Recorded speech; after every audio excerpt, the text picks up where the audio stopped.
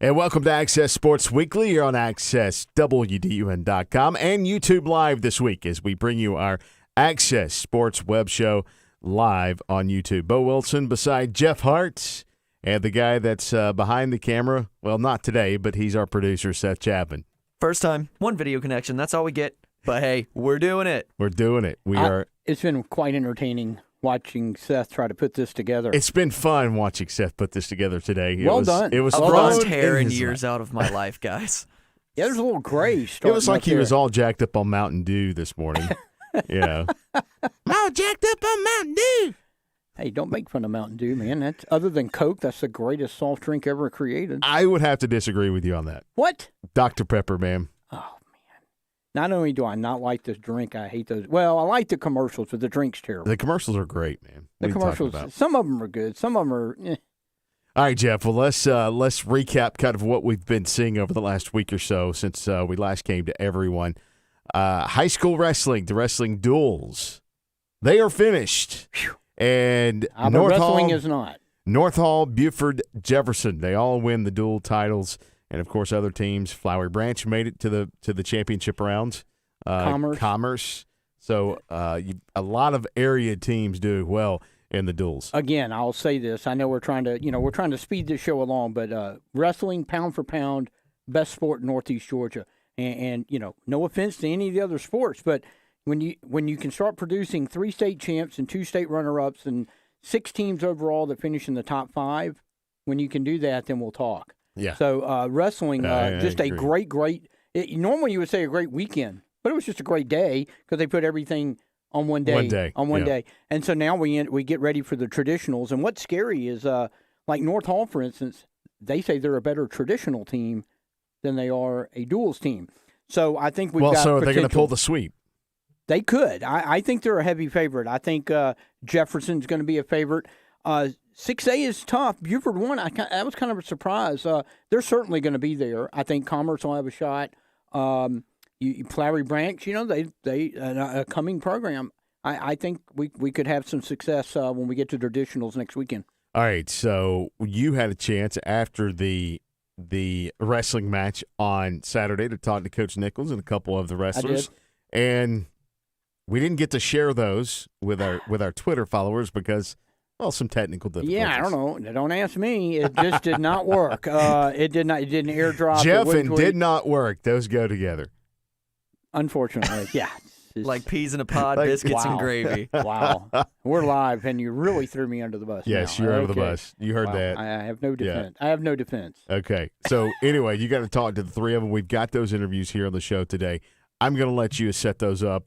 I know Coach Nichols was very pleased. As you said in the story, a big sigh of relief for that program. Well, it was. That was they were playing Gilmer, and Gilmer, perennial power. North Hall was kind of the favorite coming in, but they give up points. And they got the early lead, then they were down, and they had to come back. And we kind of addressed that, and kind of what got them going. A freshman got them going with a huge pin in a match that was a toss-up, and no one expecting to get a pin. So he kind of talked about, just about that and just getting the match win in general. Third title in 4 years. That's got to feel pretty good. Yeah, it's they're all special. So if it had been the first one, it would have felt just as good.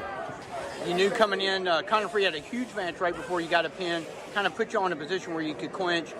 You could clinch with a pin, and you did. What how much did his match fire you up? Oh, it was huge. That's my buddy, and when he went out there and did his job, fired me up even more that I had to go get my job done. Well, when I was able to get that, I was just proud because I did it for my team and I did it for me. 3 titles in 4 years. Yes, What does that mean for the program, you think? Amazing. Oh, it's amazing. It's a change of culture, and we're moving in the right direction. What is it about this group? We just all stuck together ever since we were little, and just me as a upcoming freshman, I've known all these guys for a while now, and it's just great. And the last one, Connor Free, on that interview, listening to the Gaining the Edge feature that we did earlier this week on North Hall, Coach Nichols said a kid that works hard, very well deserving of that moment. He said every kid works for that moment. And Free also said in that interview that he wasn't expecting to get the pin, but it happened. Well, I tell you what was also fun is when you listening to Jacob Pedraza there, how that match fired him up, and it was kind of a special moment. One of the things that we talked a little bit off camera after that was Pedraza getting the opportunity to close that out as a senior, and it's kind of a guy that's been one of the staples. They won 3 titles in 4 years, been there the whole time, so it was a kind of a special moment for him and for Nichols that he would get the clinching match. But I will tell you, you had to be there when Free got the pin. I've very few times have I seen a wrestling crowd erupt like that. I mean, it was. I knew something big had happened. You said crowd. There was a crowd, big crowd at Bluff, and they erupted. The North Hall people went crazy. The bench. I mean, they had to the bench almost rushed out onto the mat. And, the coaches were having to push the guys back. It was a big moment and a lot of fun. I didn't really realize the whole thing because the lineups are free-flowing, as we say. So you never really know who's going to go what at what thing. And so you got to figure out some of the stuff. Some of that you don't find out until afterwards. Big, just, a great win for North Hall. It was a great comeback. And, and so to get that, they've kind of cemented themselves as one of the powerhouses in the state now with 3 titles in 4 years. Well, now we move on to the traditionals that are coming up this weekend. So it'll be interesting to see how all these teams perform in the traditionals. Much different tournament than the actual dual tournament. So high school basketball, Jeff, as we roll on, that's rushing to the finish. There's no doubt about that. Is there going to be a finish? When does it end? Everybody has said, will there be a finish? And we are at the finish of the regular season. I'm sure there's going to be a finish, but it just seems like this week turns into a month. It's supposed to be wasn't this week supposed to be the last week? It's taking forever. Yeah, it's crazy. We're going to, next weekend, we're going to have some regions running their tournaments while some other regions are still finishing their regular season. Yep. I got a headache already. Fun times, right? you got to love what's happening with.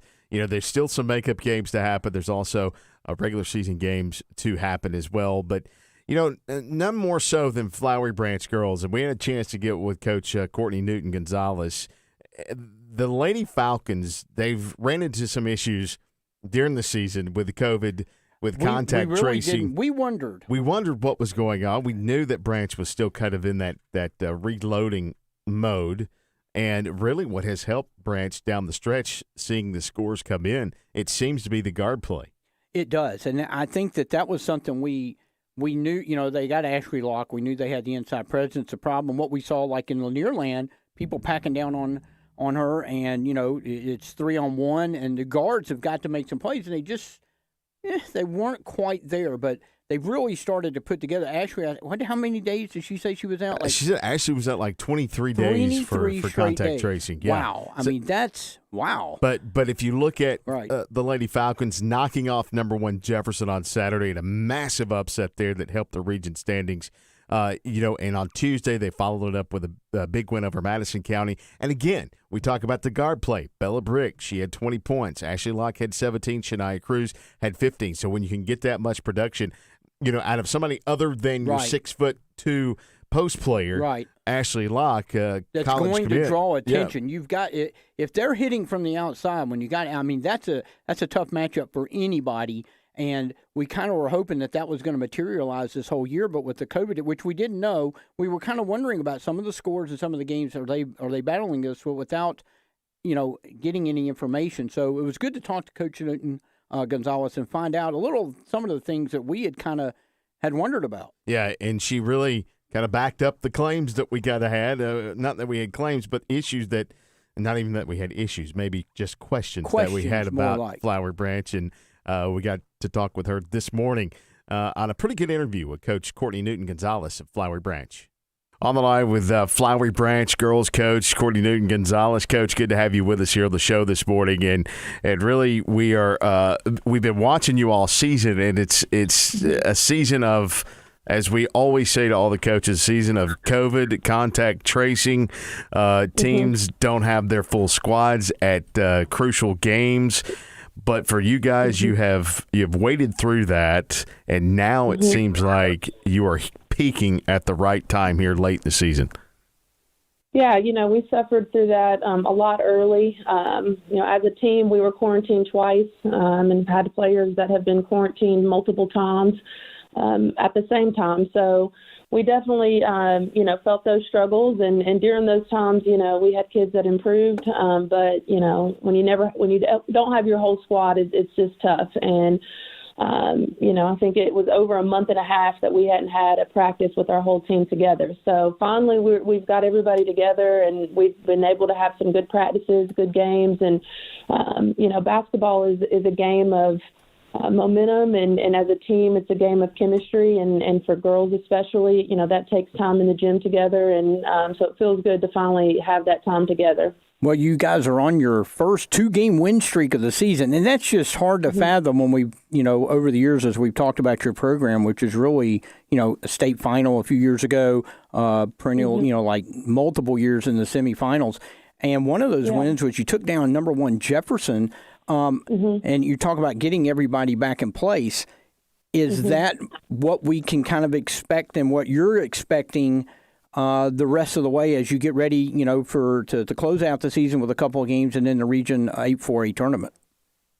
Yeah, we have high expectations, and we've told the girls all along, just keep trusting the process. I think for them, it's been frustrating and it's been tough, and but everything that we want to accomplish is still in front of us, and getting a win against Jefferson and their full squad and our full squad, it was obviously a huge win for us and a huge confident booster for us, just for our girls to keep believing in the goals that we have. And everything, again, we've got a lot of key games coming up, but, we still have what we want to accomplish in front of us. And just getting high school kids to understand that after having faced so much adversity throughout the year has been tough, but that Jefferson win really was big for us in that area. And, just to see them play just as well last night against Madison felt good as a coach. So we just got to keep it going. Well, Coach, realistically, looking at you've got Cedar Shoals, East Hall left on the schedule, picking up a win on Tuesday against Madison County. Realistically, you guys still have a shot at number 2 as far as going into the region tournament, which we all know is important as you head into the region tournament to get the best seed you can. So realistically, you guys have that shot at the number 2 spot. Things have to happen. People have to lose, but you still have the shot. What are you telling your team right now as you head into these final 2 games about the expectations that you have and about the actual shot of improving yourselves in the region standings as the next 2 games come to you? Yeah, right now, I'm telling them we control our own destiny, because we actually played Chestatee as well on Saturday. Okay. Because that other Chestatee game was a Lanierland game. So we still have 3 games on our schedule where most of the other region teams only have 1 or 2.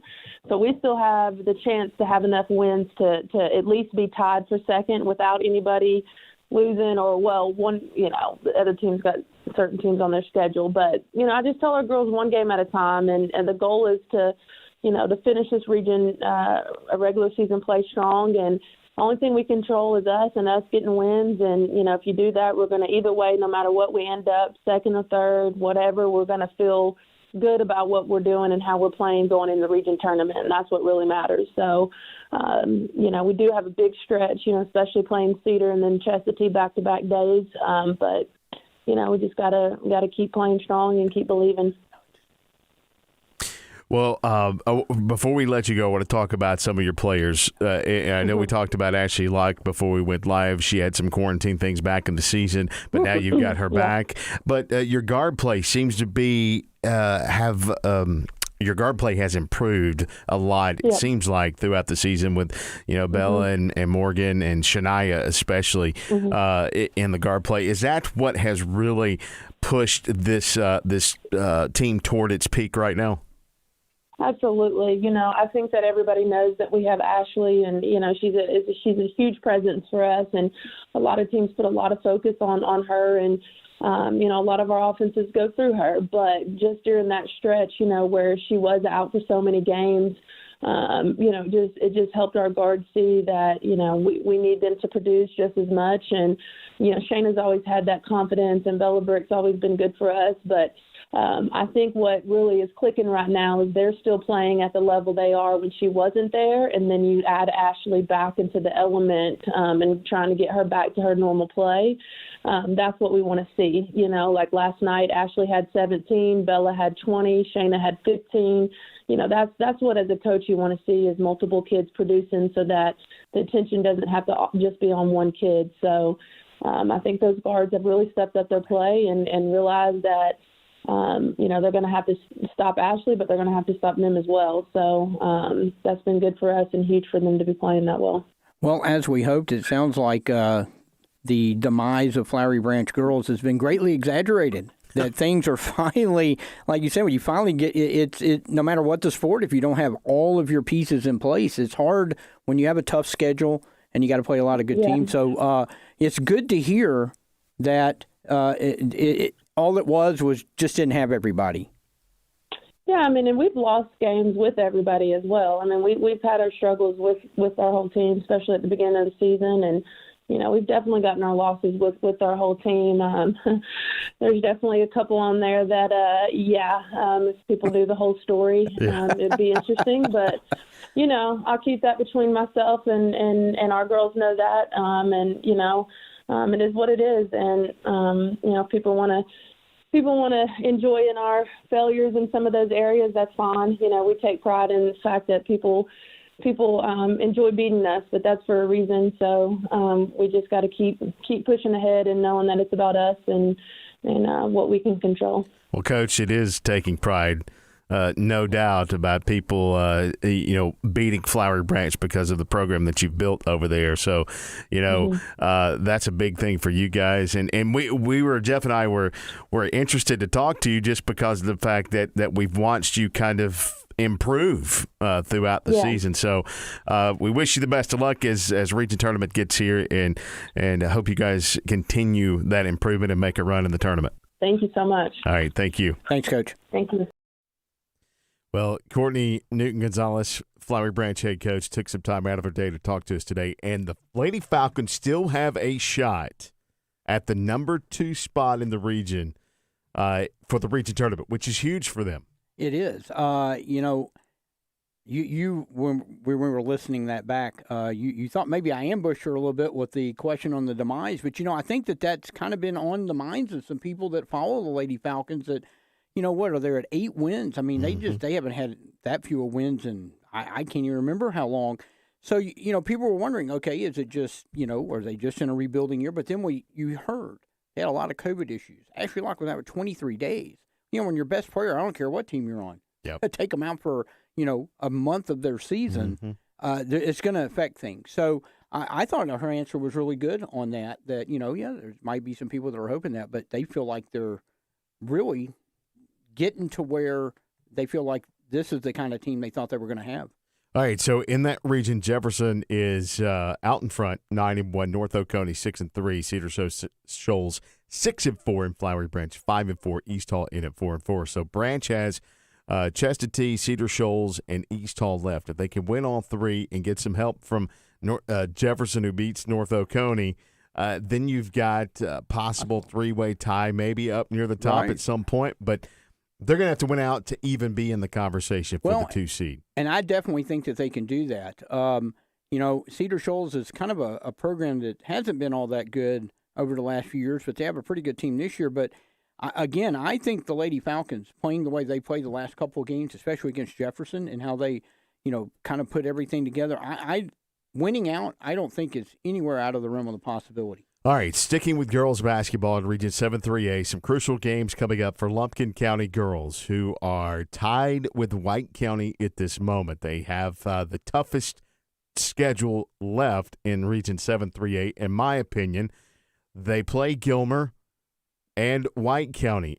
They're left on the schedule. They played Gilmer on Wednesday, I believe. It was a makeup game. And then White County, of course, as you know, they will actually play today. Since we're live, I can say that. They play tonight, according to the schedule.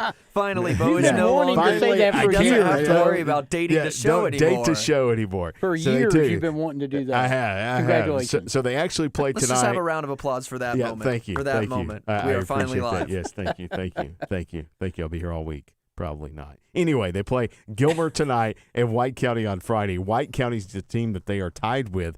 That game, if Lumpkin beats Gilmer on Wednesday night, which is tonight, that's going to set up a massive game in Cleveland on Friday. I might have to get there early because I have a feeling there's going to be a huge crowd there. And, boy, that's going to be a game worth I'd pay any amount. Was it a 1-point game, the first one? I believe so. Yeah. It's going to be a great game. Those are two really, really good teams that I think we can see both of those teams making a deep run in the playoffs. They've got inside game. They got outside game to play good defense. They put a lot of pressure on the other teams. That's going to be one whale of a ball game. And what a way to finish out the regular season in 7 AAA. Boys side 7-3A, pretty much set. White, Bluff, Dawson, your top three. North Hall in fourth place at this moment. In Region 8-6A, the Buford boys, they have a shot at the top spot, but they have to win out. They are 2-2 against the 4 teams they have left. They beat Winder and Decula earlier this season. They lost to Shiloh and Lanier. So if they can win out, they have an opportunity at the number 1 seed going into the region tournament. Buford girls next. The Buford girls are being the Buford girls. That's right. That's right. Good defense. They just come at you in waves. They can shoot the ball. They can dish. They can cut. And have a freshman leading their scoring most nights. Yeah, we're going to do some. We're going to find a story on that. No doubt. Region 6-7A. Now, Gainesville has had 2 games this week, back-to-back. Central on Monday, South Forsyth on Tuesday. The Gainesville boys split those 2 contests, beating Central on Monday, losing last night to South Forsyth. The girls, they're 0-2 in those games. We had a chance to talk to Coach Griffin and Coach Graham after the game on last night. Gainesville boys come out in the game, or Gainesville girls came out, and they led most of that game. They led most of it, and it was very interesting to see how that ended in that game. But now the boys on the flip side, they came out. They never led. With no energy. You had texted me that. Yeah. And I was listening to that game and just like, what's going on? I don't know. Now, I know Reisman was hurt, and he was limited. Now, he still scored 8 points, but he was limited. But it almost seemed like, we were talking about this. It's almost kind of like, okay, best player's a little banged up. We'll kind of just move on from this one. And, they were almost down 30 points at one time. that's just shocking.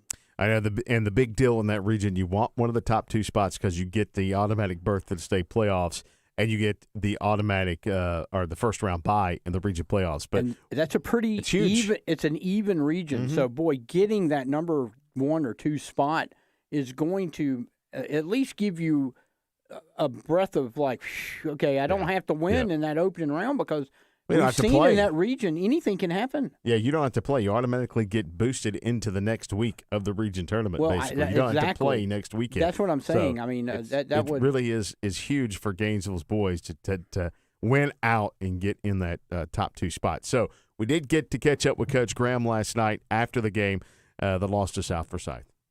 Well, I thought that they came out and they hit us in the mouth early, and I thought that we really never recovered. We made a run at the end of the first quarter, but I thought they came out with a lot more energy.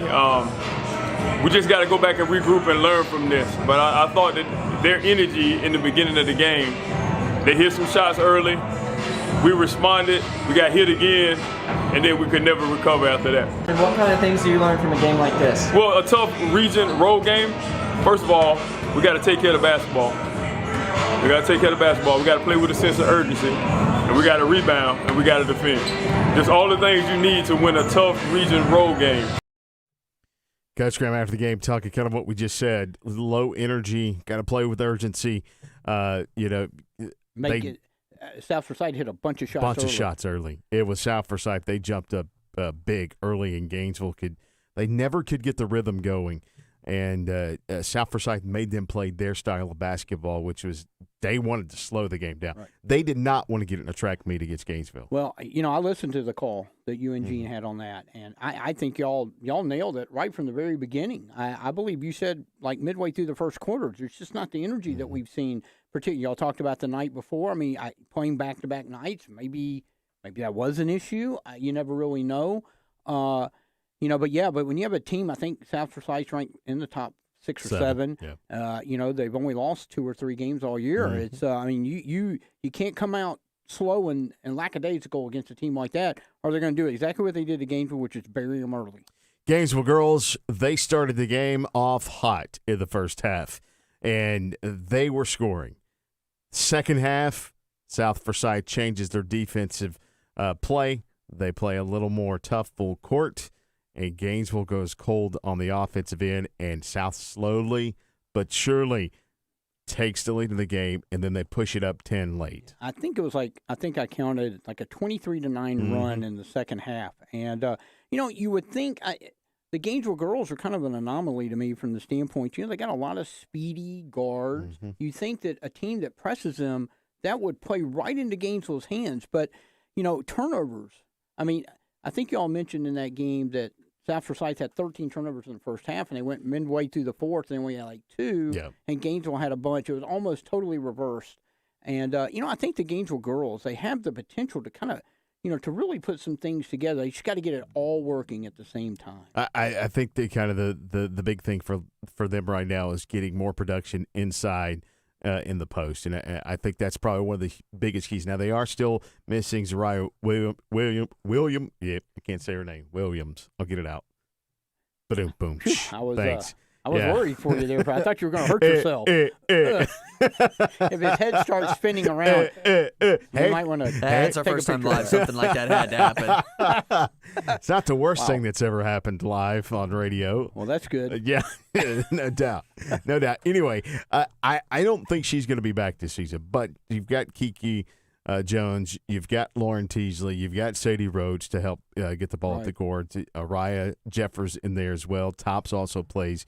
The guard play. But my personal belief is they need to get better play down inside the post. Well, they got a few games to here in the regular season to figure it out before they get to the region tournament. They're probably not going to finish in the top 2. No. We knew that was going to be a tough region matchup. Right now they're in the play-in game 6-7. Right. Look, 6-7-8 is one of the power regions in 7A in girls basketball. It was going to be a tall order for the Lady Red Elephants just coming into the season.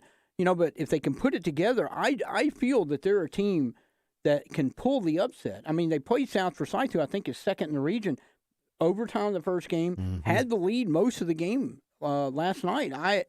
It seems like that, if they could just get a few elements working at the same time, when you talk about the top teams in the region, you talk about North, West, and South. Right. And South is kind of mid-pack. Gainesville matches up better with South, in my opinion, than the other two. But, it didn't happen for them. We got a chance to get Coach Griffin after the game. Yeah, it's just a good region matchup. South Forsyth's very talented. I think they're 18-4 right now. We didn't play well Monday night and really came back tonight and had a really great game and fought hard. And I'm just really proud of the kids the way they played. Our main focus tonight was to play as hard as we can. And we did that tonight and came up a little bit short, but really proud of how they kept fighting at the end. And so Coach Griffin after the game, and again, back-to-back losses. They were in Monday's game against Central, they were close, but just couldn't get over the hump, and then they led, as we said, against South Forsyth. So they've got North Forsyth on Friday, the top team of the region, or at least tied for the top team in the region. It just never ends in that region. No, it doesn't. Never ends. Sorry about that segment in there, Bo. I kind of spring that on you a little bit What'd quick. You throw at us?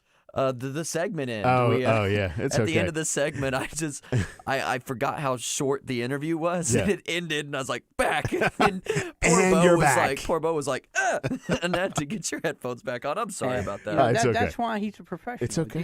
He made that look seamless. Look, it works great. It really does. All right, so games coming up on Friday. A lot of games happening. And, again, probably the biggest game of all is Lumpkin and White County girls if Lumpkin gets the job done against Gilmer tonight. Well, I think Flowery Branch Cedar Shoals game is going to be pretty big. It will be pretty on big. the girls' side. Yeah, there's of no that doubt. Because, there's no doubt about Flowery that. Branch wants to continue. They're on a. This is just shocking. This was a stat we didn't get to while we were talking about Courtney Newton. This is their first 2-game win streak of the year. Mm-hmm. That used to be a bad week. Yeah. I mean, that's what I'm saying. It's just the Lady Falcons they've established themselves as one of the power teams in the area and really in the state. Mm-hmm. So it's just kind of it's unusual to look at them and go, they're 8-14. How's that possible? But we got the answer. We did get the answer. So Seth, what do you got over there? You've got some dunks. Yes, I've got some dunks. Some jams. Unless I missed one, the segment this week is our dunk segment, our dunk reel. Every dunk that I've captured so far this season. Do you have any of Eli Pitts in this? Yeah. I want to say, I want to go on record, on this YouTube live show that we're doing today, that Eli Pitts was mauled at Forsyth Central. And the official overturned the call, which was terrible. And it was sad to see that those officials get paid to officiate. Whoa. And they missed that call. Woo. That was bad. Just want to say that. Look, when you have a kid that bounces off the deck, there is a problem there.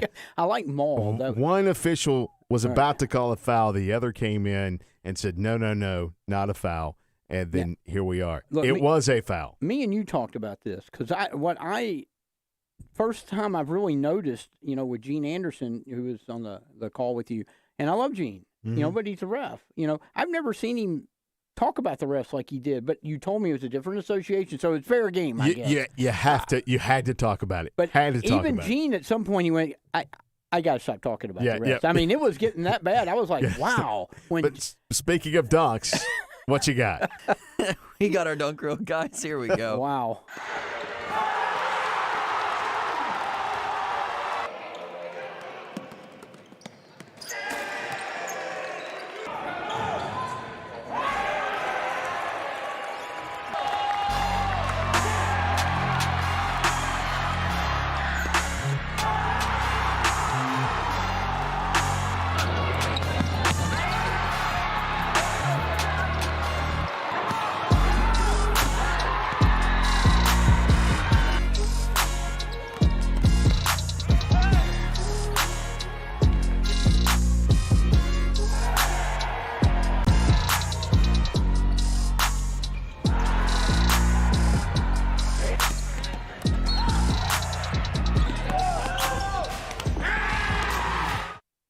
And we're back.